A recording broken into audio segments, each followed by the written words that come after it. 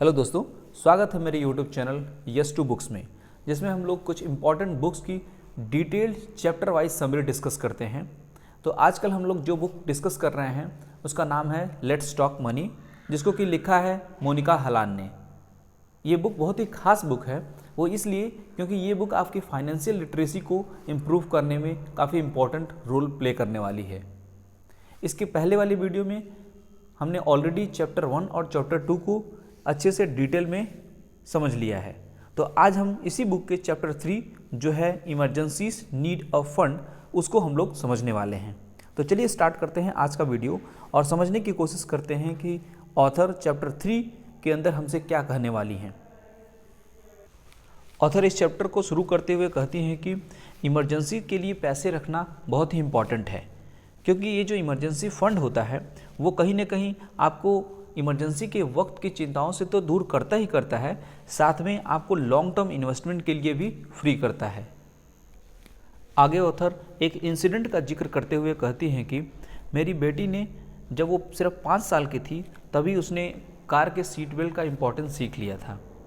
वो आगे कहती हैं कि वो नॉर्मली अपनी बच्ची को स्कूल छोड़ने के लिए जाती हैं और फिर स्कूल से घर ड्रॉप करती हैं। तो एक बार एक इंसिडेंट ऐसा हुआ था कि वो अपने बच्चे को स्कूल से घर वापस लेकर के आ रही थी कार में। तो हुआ ये कि जब उनकी गाड़ी रोड साइड में चल रही थी तो उनके गाड़ी के सामने एक BMW कार आकर के बहुत तेज़ ब्रेक प्रेस कर देता है। तो इसकी वजह से इनको भी बहुत तेज़ ब्रेक प्रेस करना पड़ता है, और चूंकि इन दोनों लोगों ने सीट बेल्ट पहन रखा था इसलिए इनका जो सर है वो विंडशील्ड पे टकराने से बच जाता है। थोड़ी देर के लिए ये लोग दोनों घबरा जाते हैं, लेकिन जब सांस में सांस आती है तो इनकी बेटी थोड़ी देर के बाद कहती है कि आज बेल्ट ने हमें पकड़ लिया। ऑथर आगे कहती हैं कि हमें से ज़्यादातर लोग लॉन्ग टर्म मनी इन्वेस्टमेंट से घबराते हैं। ऑथर कहती हैं कि मैंने बहुत सारे लोगों से ये पूछा है कि आप लोग लॉन्ग टर्म इन्वेस्टमेंट क्यों नहीं करते हैं, तो उनमें से ज़्यादातर लोगों का रिस्पांस ये होता है कि अगर हमने अपने पैसे को किसी लॉन्ग टर्म इन्वेस्टमेंट में टाई कर दिया तो कभी अगर इमरजेंसी आ जाती है तो हम लोग उन पैसों का इस्तेमाल नहीं कर पाएंगे। और ये उनका काफ़ी रीजनेबल फियर भी है, क्योंकि इस तरह के situations, for example medical emergency, job loss या कोई डिसेबिलिटी या कोई हेल्थ इश्यूज़, ऐसे सिचुएशंस हमारी लाइफ में कभी न कभी आते रहते हैं जो कि हमको प्रिवेंट करते हैं अर्निंग से। आगे ऑथर कहती हैं कि हम इस तरह की इमरजेंसीज़ को डील करने के लिए कुछ पैसे साइड में रख करके अपने फ्यूचर सेविंग्स को फ्री कर सकते हैं आगे आने वाले समय के लिए, अलग अलग तरीके से जिसमें हम उसको यूज़ कर पाएँ। ऑथर आगे कहते हैं कि चलिए हम लोग एक डिफाइंड इमरजेंसी फ़ंड के लॉजिक को समझते हैं। वो ये कहती हैं कि हमको 2 सिचुएशंस में बीच में ही पैसे की रिक्वायरमेंट हो सकती है। एक है प्लान्ड इवेंट और दूसरा हो सकता है अनप्लान्ड इवेंट। आगे ऑथर कहती हैं कि कुछ चीज़ों को हम लोग आसानी से प्लान कर सकते हैं और उसके हिसाब से हम लोग खर्चे कर सकते हैं। फॉर एग्जांपल, आपको घर खरीदने के लिए डाउन पेमेंट करना हो, या फिर अपने बच्चों को किसी बिजनेस स्कूल में भेजना हो, या फिर आपको किसी फॉरेन हॉलिडे पे जाना हो, तो इस तरह की चीज़ों को हम लोग प्लान कर सकते हैं। लेकिन कुछ ऐसी भी चीज़ें होती हैं जिनको हम लोग आसानी से प्लान नहीं कर सकते हैं। ज़्यादातर वो सडन इवेंट होती हैं। फॉर एग्जांपल, मान लीजिए आपका कार आपके घर के सामने खड़ा हुआ है, कोई आकर के उसको ठोकर मार देता है, तो अगर आपके पास एक कॉम्प्रिहेंसिव इंश्योरेंस नहीं है उसके लिए, तो आपको काफ़ी पैसे खर्चे करने पड़ जाएंगे जिसको लिए आप तैयार नहीं थे। या फिर ये भी हो सकता है कि आपको जॉब से निकाल दिया जाए, या फिर ये भी हो सकता है कि आपके घर में आग लग जाए, या फिर चेन्नई लाइक फ्लड आ जाए जिसकी वजह से आपके बेसमेंट के फर्नीचर और गैजेट्स को चेंज करना हो। ये सब के सब कहीं ना कहीं अनप्लान्ड इवेंट हैं। कुछ अनप्लान्ड इवेंट्स हैं जिनको कि आप इंश्योरेंस के माध्यम से टैकल कर सकते हैं, लेकिन कुछ ऐसे भी हैं जैसे कि आपका जॉब लॉस, इसके लिए आपको प्रिपेयर होना होगा। इसलिए हम सभी को एक इमरजेंसी फ़ंड की रिक्वायरमेंट होती है, और इस इमरजेंसी फ़ंड का इस्तेमाल हम सिर्फ फाइनेंशियल इमरजेंसी के लिए ही करेंगे। इसको हम लोग एक लेबल दे देंगे, एक नेम दे देंगे, और उस इमरजेंसी फ़ंड का इस्तेमाल हम किसी और अन्य पर्पस के लिए नहीं करेंगे। आगे ऑथर एक इंसिडेंट का जिक्र करते हुए कहती हैं कि उनकी दोस्त अपने हस्बैंड के साथ एक हाई पेइंग एडवर्टीजमेंट जॉब में थी। वो दोनों गुरुग्राम में बैंक लोन पे एक घर खरीद लेते हैं।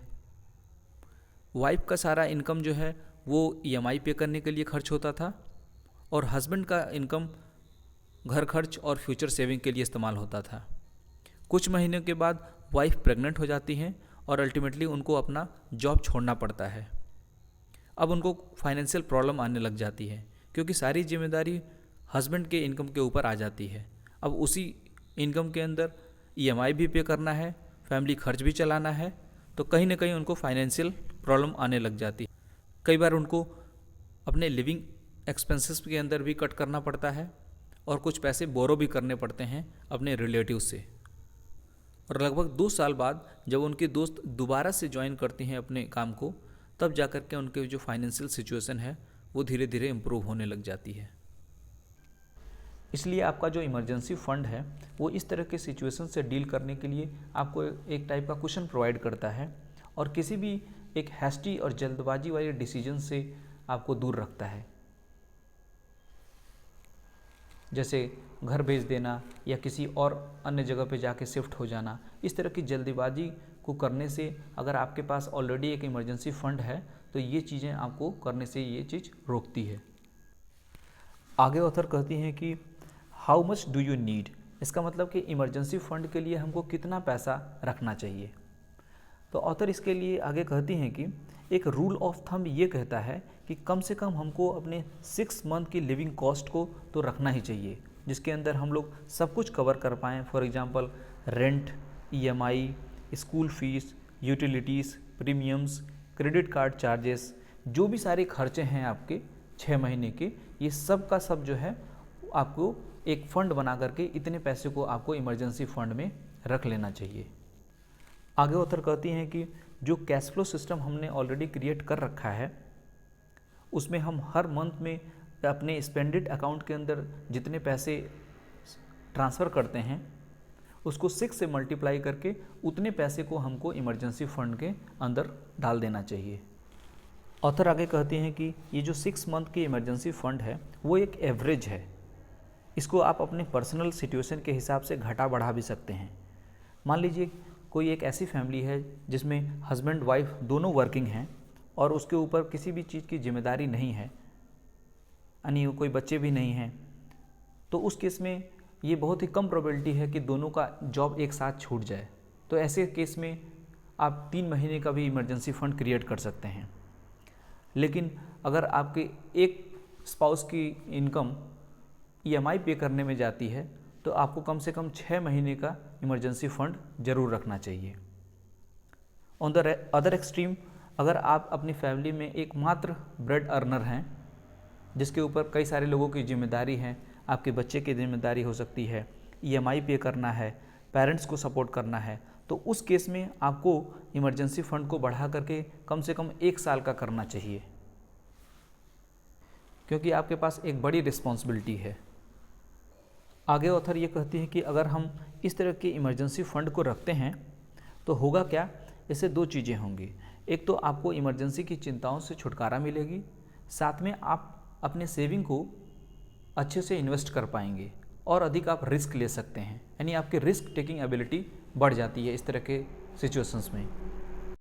आगे ऑथर ये कहती हैं कि हमको इस इमरजेंसी फ़ंड को कहाँ रखना चाहिए। तो इसके लिए हमको वो सजेस्ट ये करती हैं कि हमको 2 बातों के ऊपर ध्यान देना चाहिए। पहली बात, जिसको कि आप आसानी से एक्सेस कर पाएँ, दूसरी उसकी वैल्यू में भी गिरावट नहीं आनी चाहिए। फॉर एग्जांपल, मान लीजिए आप अपने इमरजेंसी फ़ंड को अगर सेविंग अकाउंट में रखते हैं जिसमें कि मात्र 3 से 4% का ही आपको इंटरेस्ट मिलता है, तो अल्टीमेटली आप कहीं ना कहीं पैसे को लूज़ कर रहे हैं। तो इसलिए ऑथर कहती हैं कि इससे बेहतर ऑप्शन ये होगा कि आप उसकी एफडी करा दें, फिक्स डिपॉजिट के अंदर उसको जमा करा दें, जिसको कि आप आसानी से उसको ज़रूरत के समय एफडी को तोड़ करके उस पैसे को आप एक्सेस कर सकते हैं। अगर आपका बैंक फ्लेक्सी एफडी की सुविधा देता है तो आप वो भी कर सकते हैं। आगे ऑथर सजेस्ट करते हुए कहते हैं कि आप छोटी छोटी एफडी भी करा सकते हैं।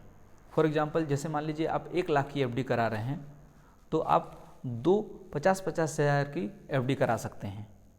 इससे क्या होगा कि जब आपको पैसे की रिक्वायरमेंट होगी तो आप एक एफडी को तोड़ करके आप पैसे का इस्तेमाल कर सकते हैं और दूसरी एफडी के ऊपर आपको रिटर्न मिलता रहेगा। आगे ऑथर ये कहती हैं कि जिन लोगों को म्यूचुअल फंड की नॉलेज है वो लोग शॉर्ट टर्म डेट फंड का इस्तेमाल करके भी अपने इमरजेंसी फंड को बिल्ड कर सकते हैं। वो आगे कहते हैं कि जो शॉर्ट टर्म डेट फंड के कई सारे एडवांटेज हैं, क्योंकि इसमें आपको बेटर रिटर्न मिलता है, ये एफडी से ज़्यादा लिक्विड होता है, इस पर लोअर टैक्स इंसिडेंस होता है और इसमें आपको हायर पोस्ट टैक्स रिटर्न भी मिलता है। तो इसलिए आप लोग शॉर्ट टर्म डेट फंड का भी उपयोग अपने इमरजेंसी फंड को बिल्ड करने के लिए कर सकते हैं। आगे ऑथर कहते हैं कि आप अपना एक इमरजेंसी फंड का टारगेट सेट करके आप उसमें हर मंथ थोड़े थोड़े पैसे को अपने इमरजेंसी फंड में डालते रहें और जब आपका टारगेट कंप्लीट हो जाए तो उस इमरजेंसी फंड के अंदर पैसा डालना बंद कर दें और उसके बाद आप लॉन्ग टर्म इन्वेस्टमेंट की तरफ प्रोसीड करें। अंत में ऑथर इस चैप्टर को समराइज़ करते हुए कहती हैं कि ये जो इमरजेंसी फंड है वो डिजास्टर के वक्त आपके लिए एक गो टू फंड है। फाइनली ऑथर कुछ चीज़ें हमें सजेस्ट करती हैं, जिसमें पहला सजेशन ये है कि हमारे पास 6 मंथ की लिविंग कॉस्ट के बराबर इमरजेंसी फंड होना चाहिए। नेक्स्ट वो कहती हैं कि अगर हम डबल इनकम फैमिली हैं जिसके ऊपर कोई डिपेंडेंट पेरेंट्स या फिर कोई डिपेंडेंट नहीं है, तो उस केस में हमारे पास 3 महीने की लिविंग एक्सपेंस के बराबर भी इमरजेंसी फंड सफिशिएंट है। लेकिन अगर आप सिंगल इनकम होम हैं जहाँ पे कई सारे डिपेंडेंट हैं, तो उस केस में कम से कम आपको 1 साल की इमरजेंसी फंड को तो ज़रूर रखना चाहिए। फाइनली ऑथर कहती हैं कि आप अपने इमरजेंसी फंड को अल्ट्रा शॉर्ट टर्म और कंजर्वेटिव हाइब्रिड म्यूचुअल फंड के अंदर रख सकते हैं। तो ये था आज चैप्टर 3 की summary. Thanks for watching this video. Stay tuned for the next chapter. Thank you.